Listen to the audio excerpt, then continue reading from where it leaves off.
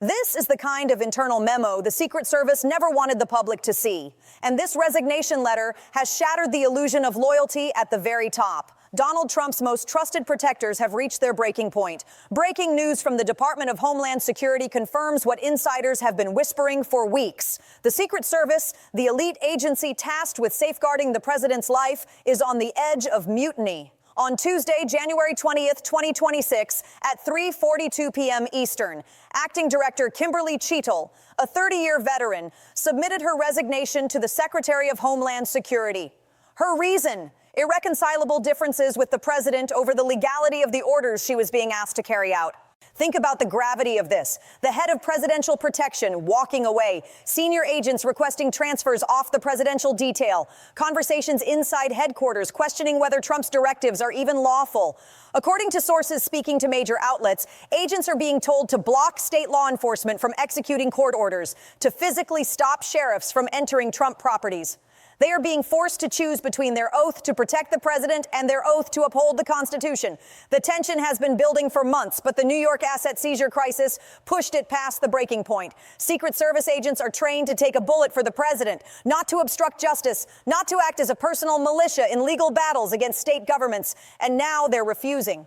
This is a president losing the loyalty of his own protective detail, a breakdown in the chain of command that could leave Trump physically vulnerable if agents decide they can no longer serve under him. Why now? Because Trump has been pressuring the agency to cross lines career professionals will not cross, demanding they treat state officials as enemies, insisting federal authority overrides state law, and trying to weaponize the service for political ends. The crisis began January 12th, when the New York Attorney General's office informed the Secret Service they needed access to Trump Tower to inventory assets under a court-ordered receivership. Since Trump took office, the service has fortified Trump Tower, controlling entrances, vetting visitors, installing secure communications. It's not just his residence, it's a backup command center. When the New York Sheriff's Office announced they would enter to enforce the seizure order, Trump erupted. He summoned Acting Director Cheatle to the Oval Office and demanded the service physically block state officers from entering. He argued Trump Tower was federal property because he lived there, that state officials had no authority, and that protecting his property was part of their mandate. Cheatle pushed back. She explained their duty is to protect the president's person, not his business interests. They can secure areas where the president is physically present, but they cannot obstruct lawful state court orders in commercial spaces unrelated to presidential security. Trump rejected that answer and demanded she find a legal theory to justify intervention. For the first time in American history, the question is being asked, what happens when a president's protective detail turns against him? We are about to find out.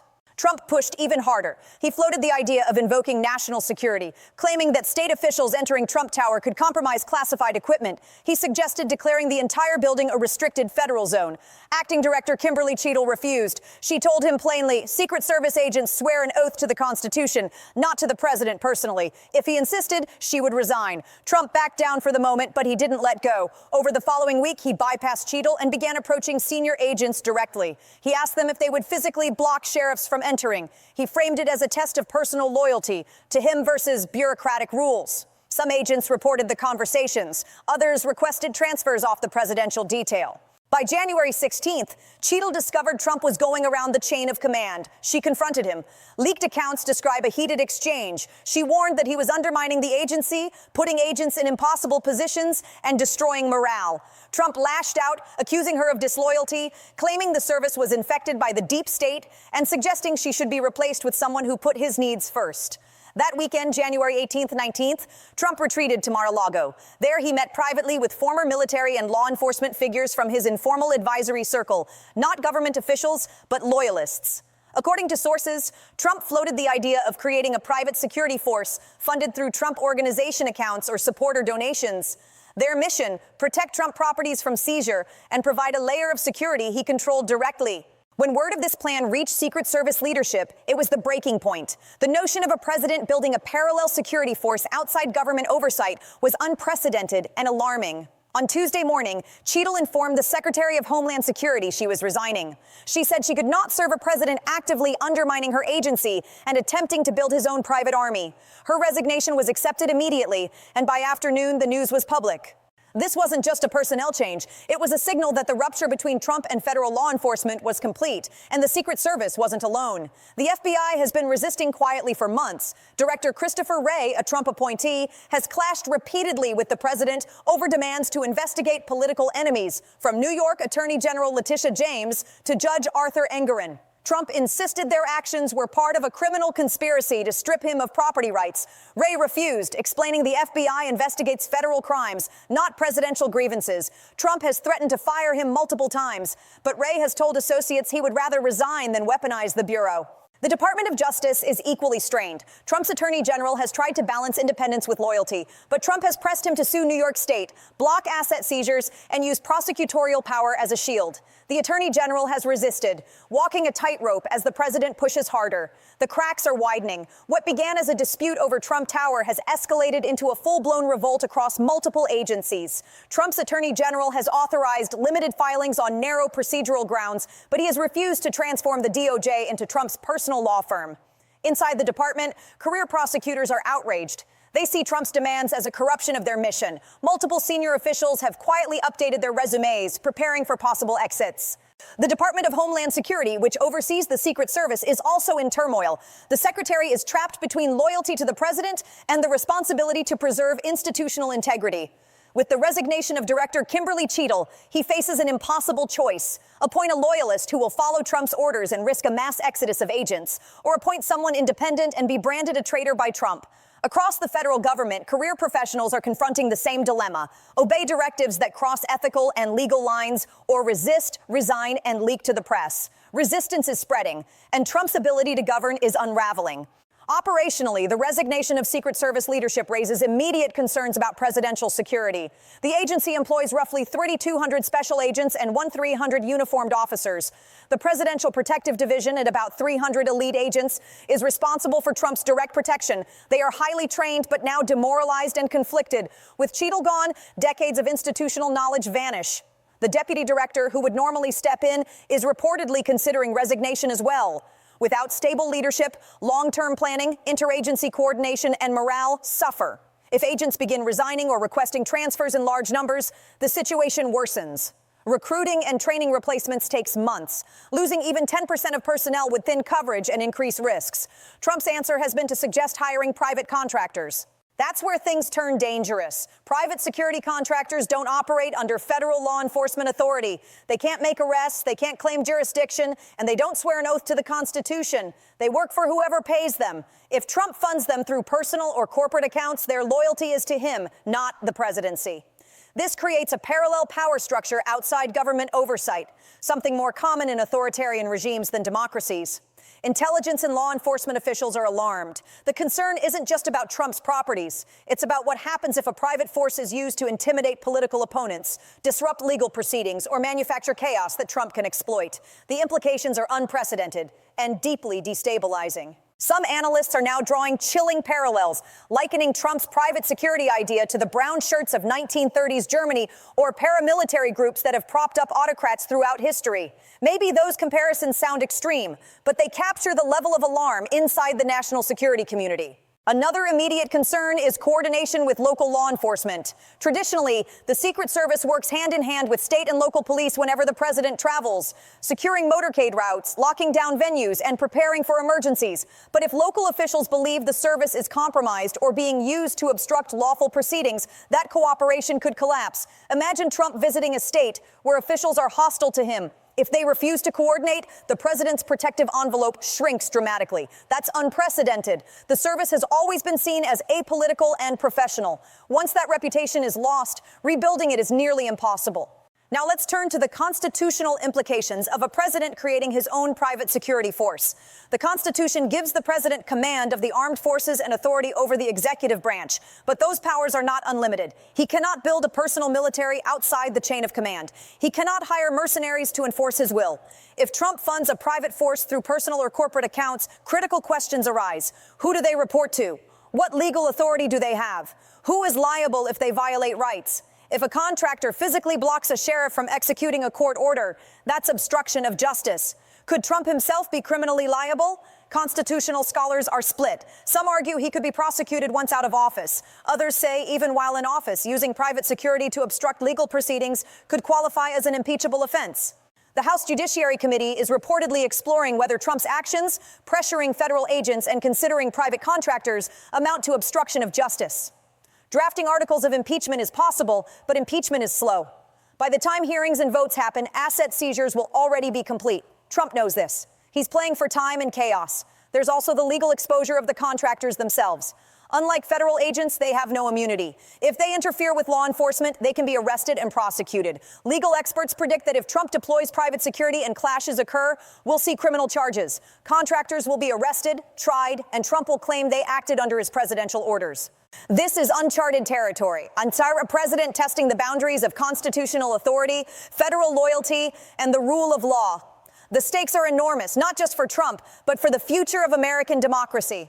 The courts will ultimately have to decide whether presidential authority can extend to directing private citizens to commit crimes. The answer is almost certainly no, but the litigation could drag on for years, and the implications go far beyond Trump. If one president can build a private force to protect personal interests, what stops future presidents from doing the same? That's how democracies erode. That's how authoritarian regimes take root. Leaders create loyal enforcers outside normal institutions, and the rule of law collapses. The founders anticipated this danger, which is why they built checks and balances, civilian control of the military, and apolitical law enforcement. Trump is now testing whether those safeguards can withstand a direct assault. Zooming out, this behavior reveals a troubling trajectory. Creating a private army isn't the move of a confident leader. It's the move of a paranoid one who believes everyone is against him. Psychologists and historians who study authoritarian personalities describe a pattern. Under pressure, leaders see enemies everywhere, lose trust in institutions, demand personal loyalty, and when that fails, build parallel structures. Trump is following that script. He no longer trusts the Secret Service, the FBI, or the DOJ. So he's constructing his own ecosystem: private security, loyalist advisors, outside government, and a media network that amplifies his narrative regardless of facts. This is the profile of a presidency in terminal decline, but also one that's dangerous. When a president abandons institutions and relies solely on personal loyalty, the risk of illegal or violent action skyrockets.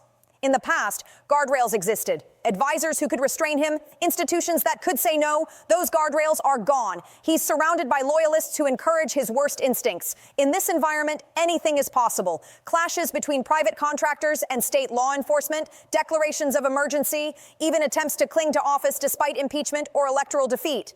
The breakdown of trust with his own protective detail is the clearest warning sign. When even those sworn to protect the president refuse to follow him, it signals the end game. Here's what to watch in the coming week. 1. New acting director. If Trump appoints a political loyalist with no Secret Service background, it's a red flag. A career professional would signal institutional resistance. 2. Mass resignations. If dozens of agents request transfers off the presidential detail, morale has collapsed. Expect leaks to major outlets. 3. Private security deployment. If contractors appear at Trump properties in uniform, the private army becomes real. Document everything. It will matter in future legal cases. 4. Clashes with state law enforcement. If sheriffs are blocked by private guards, expect arrests, lawsuits, and chaos. 5. Agents speaking out. Secret Service professionals rarely go public. If they start giving interviews or writing op-eds, the crisis is grave. 6. Congressional action. Watch for hearings or subpoenas from the House Oversight Committee. That signals Congress is preparing to act. 7. International reactions. Foreign intelligence services monitor presidential security closely. If they sense weakness, expect increased threats or suspicious activity. 8. Trump's rhetoric. If he attacks the Secret Service publicly and praises private security, he's laying the groundwork for escalation. This mutiny isn't just about Trump's personal safety. It's a symptom of a presidency collapsing from within. Trump built his brand on loyalty, but loyalty is earned through integrity and respect for institutions. He demanded blind obedience, corrupted every relationship, and pressured people to violate their oaths. Now the reckoning has arrived. The agents walking away aren't betraying him. They're honoring their oath to the Constitution. They are loyal not to a man, but to the principles America was founded on. Trump is the one who broke the bond of trust. By demanding actions that would compromise integrity and careers, he betrayed the very people sworn to protect him. And this same pattern is repeating across the government. Career professionals who entered public service to defend the country are being asked to serve one man's personal interests, and they are refusing. That refusal is the real crisis. It's not just about Trump's legal battles or financial collapse. The deeper crisis is that he has lost the legitimacy and trust required to govern. He has lost his protective detail. He has lost the confidence of federal law enforcement. He has lost his party, the courts, and much of the public. What remains is a shrinking circle of loyalists, a private security force of uncertain size, and the formal powers of the presidency. That combination is dangerous. A leader stripped of institutional trust but clinging to personal loyalty and raw authority is a leader who might attempt anything. The Secret Service has made its position clear. They will not become Trump's private army. They will not cross legal or ethical lines, and they will not sacrifice their oath for his benefit. The question now is how Trump responds. Does he accept their refusal and step back, or does he escalate, deploy private contractors, and dare the system to stop him? If history is any guide, escalation is the path he chooses because that has always been his instinct.